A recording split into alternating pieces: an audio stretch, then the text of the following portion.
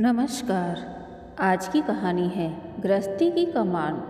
किरण, सुबह के 5 बज गए हैं। मुझे ऑफिस के लिए आज थोड़ा जल्दी निकलना है। एक मीटिंग है, इसीलिए उठो और फटाफट कुछ नाश्ता बना दो।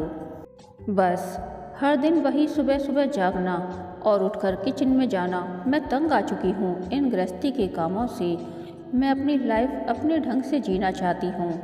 सुबह देर तक सोना चाहती हूँ तो वह भी नहीं हो पाता। दिन रात मुझे घर के काम में ही पिसती रहना है। किरण झुंझला उठी। किरण और सूरज को शादी के करीब 3 साल हो गए थे, लेकिन वे आज भी एक दूसरे के दिल के करीब नहीं पहुंच सके।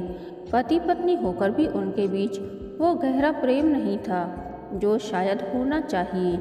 किरण को लगता मानो वह एक पत्नी की भूमिका निभा रही है।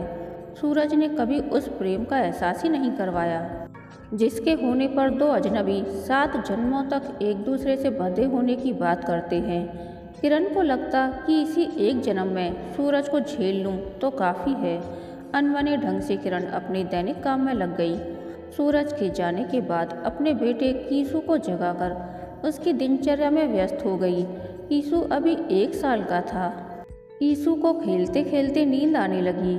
किरण ने उसे सुला दिया, फिर बाकी के बचे कामों को निपटा कर वह भी कीसू के पास लेट गई। लेटे लेटे वह अपने कॉलेज के दिनों में खो गई। सुंदर लहराते बाल, बड़ी आँखें, गेहुआ रंग, सामान्य कदकाठी, फिर भी उसमें एक आकर्षण था। दोस्तों के बीच वह अपने स्मार्ट विचारों के लिए जानी जाती थी। किसी भी मुद्दे पर वह अपनी बेबाक राय रखती और हमेशा नॉलेज अपडेट रहती। हर महत्वपूर्ण घटना पर उसकी पैनी नज़र रहती, चाहे वह खेल हो या फिर राजनीति या फिर अन्य मसले। उसे उन्मुक्त घुमक्कड़ जीवन पसंद था। खूब घूमना फिरना और मस्ती करना, उसे यही सब अच्छा लगता।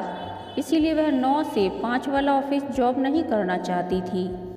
उसके सभी दोस्त अपनी अपनी बातें कहते कि कॉलेज ख़त्म करने के बाद वे कौन सी कंपनी या पोस्ट ज्वाइन करना चाहेंगे, लेकिन किरण को कोई बड़ा पोस्ट नहीं चाहिए था। उसकी ख्वाहिश तो बस एक टूर गाइड बनने की थी। टूर गाइड बनने पर कैरियर भी बन जाता और उसका घूमने का सपना आसानी से पूरा हो जाता। यही कारण है कि कॉलेज की पढ़ाई पूरी करने के बाद भी वह कोई जॉब स्पेशल हाई पोस्ट वाली नौकरी पाने की कोशिश नहीं की। वह टूर गाइड बनने के लिए प्रयासरत थी। साथ में दोस्तों के साथ घूमना, पिक्चर देखना आदि भी हो रहा था। किरण के पिता रूढ़िवादी सोच के थे। उन्हें बेटी का इतना घूमना पसंद नहीं था और टूर गाइड की नौकरी तो बिल्कुल भी पसंद नहीं थी। माँ होकर बेटी की कोई चिंता नहीं है तुम्हें, खूब ढील दे रखी हो।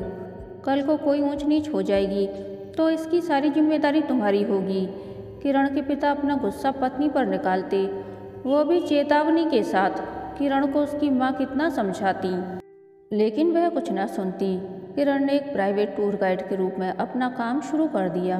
पिता की सख्ती के कारण वह शहर से बाहर नहीं जा सकती थी, लेकिन शहर के अंदर ही उसने पर्यटन स्थलों पर गाइड बनकर अपना काम देखा। लेकिन यह काम ज़्यादा दिन तक ना चल सका और किरण के पिता ने उसकी शादी के लिए रिश्ते देखना शुरू कर दिया। किरण ने काफ़ी विरोध किया। माँ ने समझाया, तुम यह काम शादी के बाद भी कर सकती हो। कितने घर हैं जहाँ पति पत्नी दोनों कामकाजी हैं। आखिरकार किरण की शादी सूरज के साथ कर दी गई। सूरज के माता पिता नहीं थे। उसकी एक बहन थी जो उम्र में उससे काफ़ी बड़ी थी। बचपन में ही सूरज की माँ गुजर गई। बड़ी बहन ने खूब स्नेह से उसे संभाला। सूरज के पिता ने एक उम्र होने पर बेटी की शादी कर दी। उस समय सूरज 11वीं में पढ़ रहा था। सूरज की ज़िंदगी अपने पिता के साथ ठीक ठाक कट रही थी, लेकिन उसे आगे संभालने के लिए पिता भी जीवित नहीं रहे और एक दिन वह भी चल बसे। बहन ने फिर से उसे संभाला। 12वीं पास कर सूरज MBA की तैयारी में जुट गया। सूरज को माता पिता का भरपूर स्नेह और साथ नहीं मिल पाया था, जिससे वह व्यावहारिकता से काफ़ी दूर और अंतर्मुखी स्वभाव का बन गया था। वह लोगों के बीच कम जाता, बस अपनी किताबें और खुद में ही मग्न रहता। उसकी एक बड़ी कंपनी में अच्छे पद पर नौकरी लग गई और फिर किरण से उसकी शादी हो गई। इस शादी में सूरज के बहन बहनोई ने अभिभावक की भूमिका निभाई। सूरज की शादी के बाद उसकी बहन अपनी गृहस्थी में व्यस्त हो गई। इधर इन दोनों ने भी अपनी गृहस्थी की कमान संभाल ली। माँ का सानिध्य नहीं मिलने से सूरज जीवन के कई आयामों को गहराई से समझ नहीं पाया था। इधर किरण भी तुनक मिजाजी थी। हालांकि माँ ने उसे कई बार समझाया था, मगर उस पर कोई असर नहीं हुआ। शायद यही कारण है कि इन दोनों के दाम्पत्य जीवन में मधुरता की कमी है। छोटी छोटी बातों पर दोनों में कटुता उभर जाती है। सूरज बरसता तो किरण भी उबल पड़ती। दोनों के बीच तकरार सामान्य बात हो चुकी थी, लेकिन इसे सहन करते रहना किरण के लिए सहज नहीं हो पा रहा था। हर रोज की किचकिच से वह तंग आ चुकी थी, जब से वह शादी करके आई थी। सूरज ना तो मायके में लंबे समय तक रहने देता और न ही कहीं घूमने के लिए लेकर जाता। हमेशा घूमने की चाह रखने वाली किरण घर में पत्नी और नन्हे बच्चे की मां की भूमिका में बंदी सी महसूस कर रही थी। अब उसे सूरज के साथ रहना मुश्किल लग रहा था, लेकिन जाए भी तो कहाँ। मायके को छोड़कर उसका कोई आसरा भी तो नहीं था।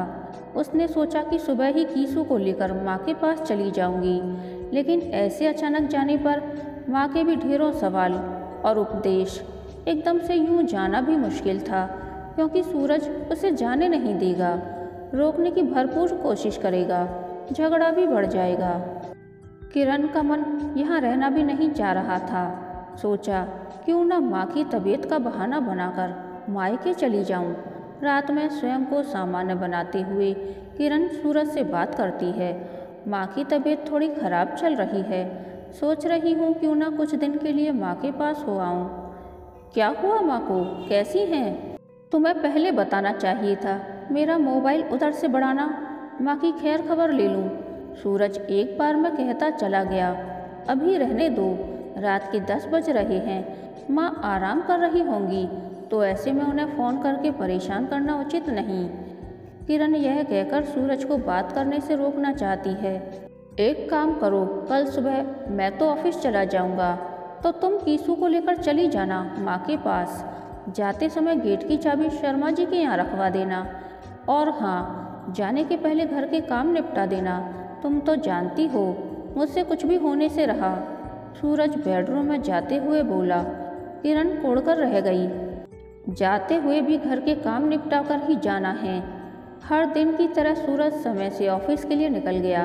किरण ने घर का काम समेटा और कुछ सूखे नाश्ते तैयार करके एयर टाइट डिब्बे में रख दिए। सूरज के कहे अनुसार घर बंद करके मेन गेट की चाबी शर्मा जी के घर दे दी और कीसू को लेकर रिजर्व गाड़ी से माँ के पास चल दी। बेटी के आने पर माँ की खुशी स्वतः बढ़ जाती है। किरण की माँ भी खुश थी अपनी बेटी को देखकर, लेकिन सूरज को साथ न देकर माँ का मन सशंकित हो रहा था, क्योंकि वह किरण के तुनक मिजाजी स्वभाव से वाकिफ थी। रात के खाने पर सभी इकट्ठे थे। किरण, सूरज का हालचाल क्या है? वो साथ नहीं आए। माँ ने चुप्पी तोड़ी। माँ, उन्हें छुट्टी नहीं मिली। बोले तुम जाओ, मैं बाद में आऊँगा। किरण भावनाओं को दबाते हुए मुश्किल से झूठ बोल पाई। वह अभी तुरंत माँ को कुछ बताना नहीं चाहती थी। 1-2 दिन बाद सही, समय को देखते हुए अपनी बात कहना चाहती थी। वह कीसू को देखने के बहाने वहाँ से हट गई, ताकि माँ के सवालों से बचा जा सके। 2 दिन 3 दिन यूं ही बीत गए। दोपहर का समय था। किरण कीसू को लेकर कमरे में लेटी हुई थी कि उसकी आंख लग गई। तभी बाहर हॉल में रखा उसका मोबाइल बज उठा। किरण की माँ ने देखा सूरज का फ़ोन है, तो वह रिसीव करने लगी। हेलो मम्मी जी, प्रणाम। कैसी हैं आप? और किरण कहाँ हैं? बेटा, किरण कीसू को सुला रही थी तो उसकी भी आंख लग गई। जरा ठहरो, मैं अभी उससे जगाती हूँ। नहीं नहीं, रहने दीजिए। वैसे भी मुझे आपसे ही बात करनी थी। अब आपकी तबीयत कैसी है? पहले से बेहतर महसूस कर रही हैं ना? और यह किरण आपका ख्याल रख भी रही है या नहीं? सूरज द्वारा अचानक इतने सारे सवाल एक एक कर आते गए। किरण की माँ यह सब सुनकर दुविधा में पड़ गई। आखिर सूरज बार बार मेरी तबीयत क्यों पूछ रहा है? क्या किरण ने? माँ आशंकित हो गई, लेकिन स्वयं को सामान्य बनाते हुए सूरज से बोली, बेटा, सब कुछ फ़ोन पर ही पूछ लोगे? यहाँ आकर स्वयं देख लो। वैसे भी कल के बाद दशहरे की छुट्टियाँ शुरू होने वाली हैं, तो चले आओ। सूरज से बातें करके माँ ने फ़ोन काट दिया। किसका फ़ोन था माँ? बालों को समेटते हुए किरण हॉल में आई। माँ ने किरण को सोफे पर बिठाते हुए कहा, पहले यह बताओ कि तुम्हारे और सूरज के बीच सब कुछ ठीक तो है ना? सूरज के साथ तुम्हारा कोई झगड़ा तो नहीं हुआ? तुम मेरे पास सूरज से झूठ बोल कर आई हो ना? माँ के सवालों से किरण समझ गई थी कि उसके और सूरज के बीच की कड़वाहट की भनक माँ को लग गई है। उसने अपने दिल की गांठें खोलनी शुरू की। माँ, मैं सूरज के साथ बिल्कुल खुश नहीं हूँ। वह खुद में ही व्यस्त रहने वाला आदमी है। घर परिवार की जरा से भी परवाह नहीं। घर में भी उसकी उपस्थिति अनुपस्थिति सी ही लगती है। ऊपर से कहीं घुमाने भी नहीं ले जाता। घर की कैदी बनकर रह गई, ऊब गई हूँ। अब उसके साथ रहना मुश्किल लगता है। मैं यहाँ हमेशा के लिए आ गई हूँ। मुझे अब वापस नहीं जाना। वापस नहीं जाना? यह क्या बोल रही है? पति पत्नी के रिश्ते में नोक झोंक और तकरार भी उतनी ही मजबूती से उपस्थित रहती है जितनी मजबूती से प्यार। जो प्यार को अधिक महत्व देते हैं उनके बीच प्यार की उपस्थिति रहती है, अन्यथा वो तकरार का ही रोना रोते रहते हैं। यही बात तुम्हारे अंदर भी है। तुम इस रिश्ते के खूबसूरत पहलू को नहीं देख पा रही हो। एक व्यक्ति के जीवन में आश्रय देने वाला ईंट की दीवारों से घिरा मकान ही होता है। दो विपरीत व्यक्ति पति पत्नी के रूप में एक दूसरे से जुड़ते हैं, ईंट से जुड़ी उन दीवारों को घर का रूप देते हैं। मुझे अफसोस हो रहा है स्वयं पर कि मैं अपनी बेटी को घर बनाने का हुनर ना सिखा सकी। लेकिन माँ, यह घर बनाने के लिए सिर्फ मैं ही जिम्मेवार हूँ क्या? सूरज की कोई भूमिका नहीं। हाँ, सूरज की भी भूमिका है, लेकिन मुझे दुख इस बात का है कि तुमने प्रयास नहीं किया। क्या तुमने कभी इस मैटर पर सूरज से बात करने या उसे समझाने की कोशिश की?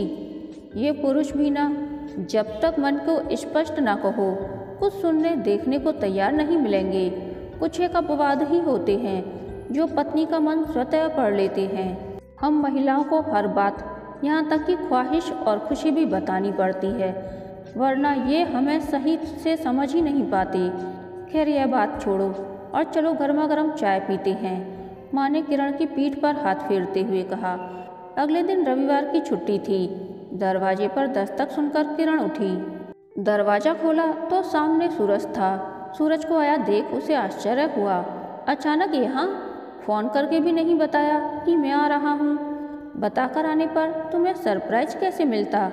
वैसे भी तुम और कीसू यहाँ हो, ऊपर से माँ की भी तबीयत जाननी थी, तो सोचा इस संडे सभी लोगों से मिल लूँ।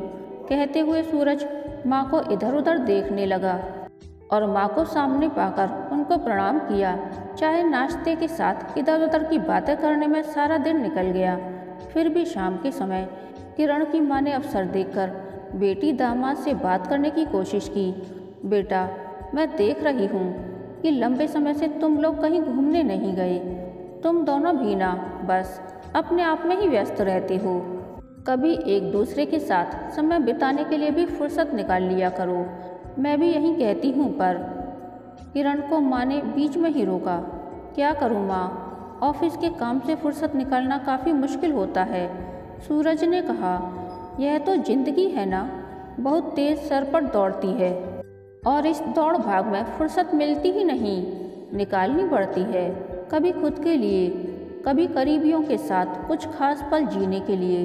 पति पत्नी जीवन के दो अलग रंग हैं जो शादी जैसे पवित्र बंधन में बंधकर एक नए रंग का निर्माण करते हैं। जब यह रंग जीवन के कैनवास पर खूबसूरत चित्र उकेरते हैं, ना तो पति पत्नी की जिंदगी और भी खूबसूरत हो जाती है। माँ बड़ी ही शालीनता से दोनों को समझा रही थी। सूरज माँ की बातों को भली भांति समझ रहा था। उसे अपने दाम्पत्य जीवन में आई कमियों का एहसास भी हो रहा था।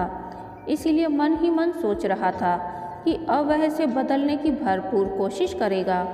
किरण को भी माँ ने काफ़ी कुछ समझाया, गृहस्थी के संचालन में उसकी भूमिका से उसे अवगत कराया, तो उसको भी अपनी कमियों और गलतियों का एहसास हुआ। अगले दिन माँ किरण की विदाई की तैयारियों में जुटी हुई थी। इस विदाई में माँ के मन में बेटी के लिए कोई भारीपन नहीं था, बल्कि एक सुकून भरा एहसास उभर रहा था।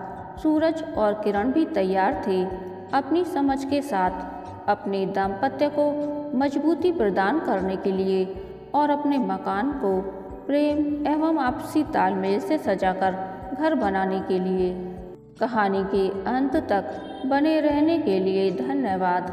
यह कहानी आपको कैसी लगी प्लीज़ कमेंट करके बताइए।